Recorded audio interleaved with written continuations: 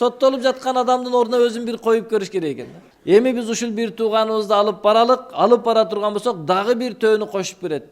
Келишпестик жашоодо кимдер менен болот? Кимдерди таанысаңыз ошолор менен болот. Юсуф алейхисаламды өлтүрөм деди. Бул Кур'ан-ы Карим өлгөндө окуп, "О мен сообут ийсин" деп, ооруганда окуп шүф деп дем салып кое турган китеп эмес. Бул жашай турган китеп.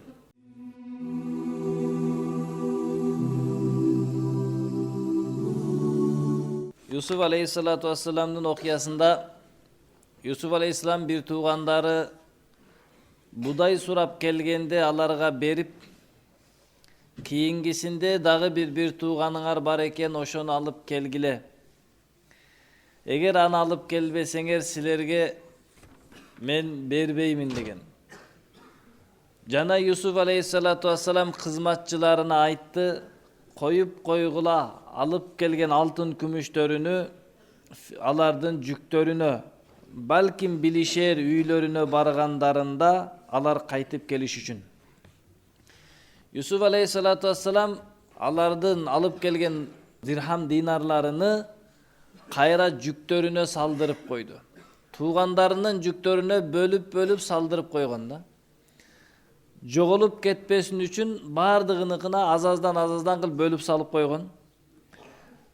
Алар үйлөрүнө барып аны карап көрүп билип, андан кайра кайтып келиши үчүн дейт. Себеби үйлөрүнө барып акчасы жок калбасын, кайра келгенге алардын дирхамы жок калбасын. Ошондуктан баргандан кийин көрүп, берешен адам экен, биздин алып барган алтын күмүштөрүбүздү кайра кайтарып бериптир деп кайра келсиндер деди. Уламалар ушул жерден дагы бир маселени айтат. Юсуф алейхиссалату вассалам эмне үчүн алардан албай койду? Кайра алардын эмесине салып койду. Мунун бир нече себептери бар. Ошонун бирөөсү атасына жана бир туугандарына жардам кылганы. Ачарчылык заманда, жокчулук учурда атасы жана бир туугандарында эч нерсе жок калбасын деп алар алып келген нерселерини кайта жүктөрүнө салдырып койду, туугандарына байкатпастан. Ал эми кийингисинде ошол акчаларын алып кайра келсин деп. Ушул жерден уламалар айтат, адамдар кыйналып, кыйынчылыкка түшүп турган убакытта пайдаланып кетпеш керек экен. Өзгөчө бир туугандардын ортосунда эсеп керек. Бирок ошол эсеп икром менен жүрүш керек экен да. Эсептешип, бирок сыйлап жүрүшүң керек экен бир тууганыңды. Өзгөчө бир тууганың кыйынчылыкка түшүп калган убакта анын кыйынчылыгынан сен пайдаланбашың керек. Мына ошондуктан уламалар ушул аяттан айтышат, адамдар кайсы бир нерседен кыйынчылыкка түшүп калса, ошонун кыйынчылыгынан пайдаланып, өзүңдүн дүйнөңдү көбөйтпөгүнүң дейт да. Бул мусулмандын чыныгы сыфаты ушундай болуш керек. Качан инсанга ыймандуу болсо, мусулман болсо, экинчи мусулмандын кыйынчылыгында ага жардам бериш керек, анын кыйынчылыгында аны пайдаланып кеткенди ойлобош керек да. Мисалы элестетиңиз, ооруп доктурга түшүп калсаңыз, ыймандуу доктур болсо ал ойлонуш керек да. Ушул адамга мен жардам берейин депчи.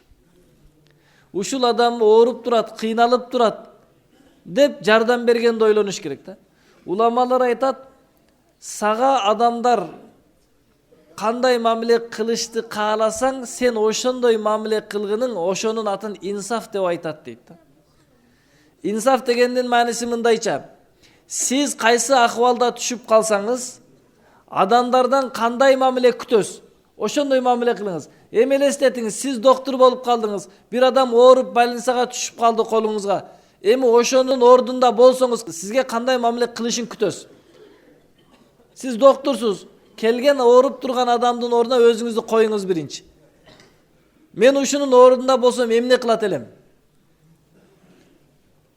Эмнени күтөт элем депчи. Ошол үчүн соттоочу адам эмне кылыш керек экен? Соттолуп жаткан адамдын ордуна өзүн бир коюп көрүш керек экен. Тергөөчү тергелип жаткан адам ордуна бир өзүнү коюп көрүш керек экен. Бай адам кедейдин ордуна өзүнү бир коюп көрүш керек экен. Мен ушул абалда болсом, менин ордумда башка бай болсо эмнени үмүт кылат? Демек сен ошо мамилени жасагының. Ошол үчүн эмне кылыш керек? Бирөөдүн кыйналган мезгилиден өзүңдүн пайдаңды көрбөшүң керек экен да. Бир аз ооруп калган адамды ne kılıp sizni operatsiya kılbasak bolboyt eken dep akça alбай bolboyt da. Sebebi jön ele dары жазып берсең акча бербейт, operatsiya кылсаң акча берет да. Ошол үчүн ыймансыз учур кандай болот десе, ыймансыздардын сыфаты жырткычтар сыяктуу болот. Качан экинчи адам кыйналганда, алсыраганда ошонун пайдалангысы келет. Карышкырлар не кылат? Жалгыз четтеген койду кичинекейини, жылкынын чоңун ала албайт, кулундарды алат, кичкейлерди алат. Эмне үчүн? Се ошолордон пайдаланса болот. А мусулмандын сыфаты андай эмес экен. Мусулмандын сыфаты kimisi kıynalıp dursa, kayısıl musulman korkuğunu kıcalat bolup dursa, kayısıl musulman kordukta dursa, kıyınçılıkta dursa, oşoğa jardan beriş bu musulmanın sıfatı eken da. فَلَمَّا رَجَعُوا إِلَى أَبِيهِمْ قَالُوا يَا أَبَانَا مُنِعَ مِنَّ الْكَيْلِ Bir tuğanları kaytıp gelgende atalarına aytıştı. O atake tıyıldı bizden ölçöp esep bizge kiyingisinde ölçöm beru tıyıldı. Bergin biz menen bir tuğanımızdı alıp para turgan bolsok bizge padişa beret. Ve inna lehu lahafizun biz bul bir tuğanımızdı saktap jakşı karap barıp kelebиз dedi da. Muna oşol uçurdan ne kıldı? Bu Binyamin degen bir tuğan ele Yusuf aleyhisselamdın atası da apası da bir bolgon ele da. Sebebi ayttık koy Yakup aleyhisselamdın 12 uulu var ele her biri 2 uulu birden apadan ele. Yusuf aleyhisselam menen Binyamin ekөөsü uşul үйүндө kalgan ekөөsü bir apadan bolчu. Oşondo aytты bul balаңызды бериңиz. Oşondo bizge beret eken buday, bolboso bizge berbeyt eken. Biz bul balаны saktap barıp kelebиз деп aytkanda Yusuf aleyhissalatu vesselam aytты da men sizlerge buga işeneyin.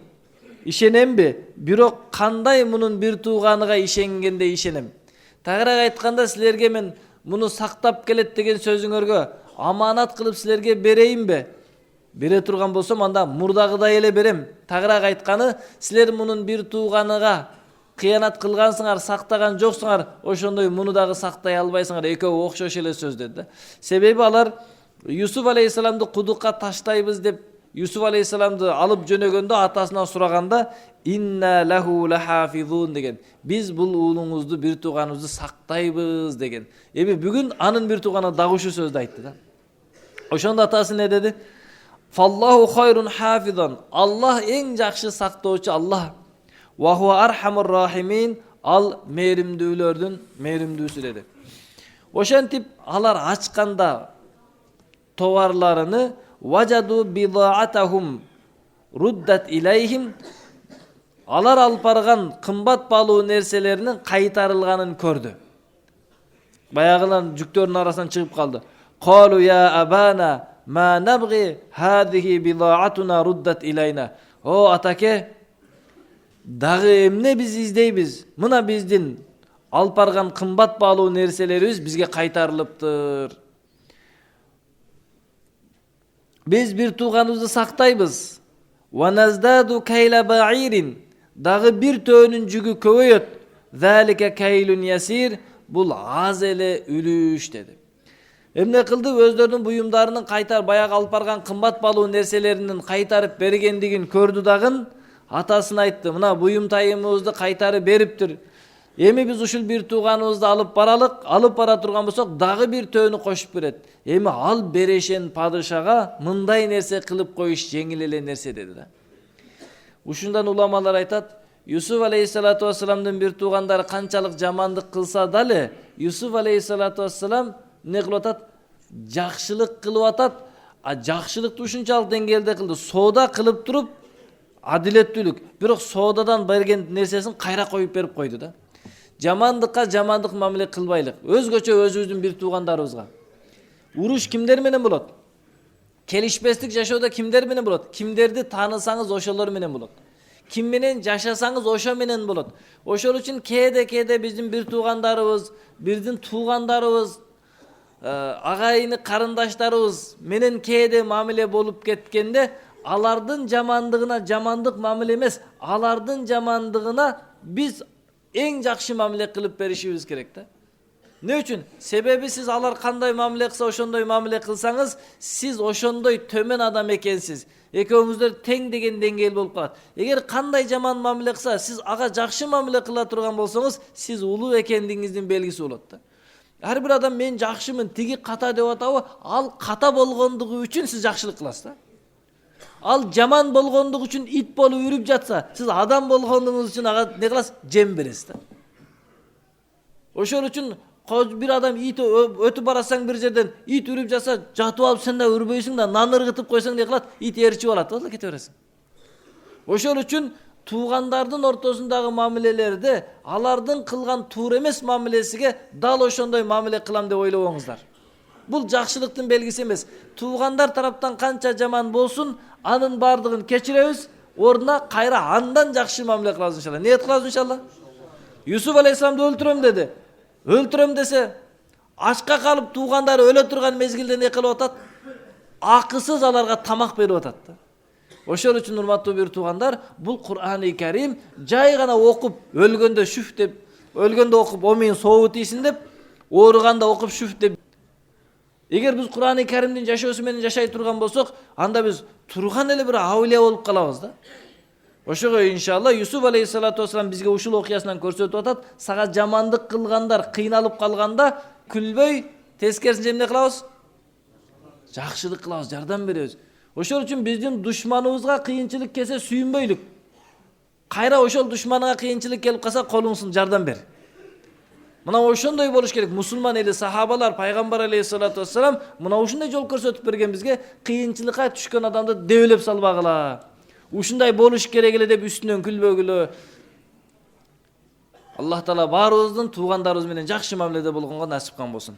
Субханакаллаху ва бихамдика.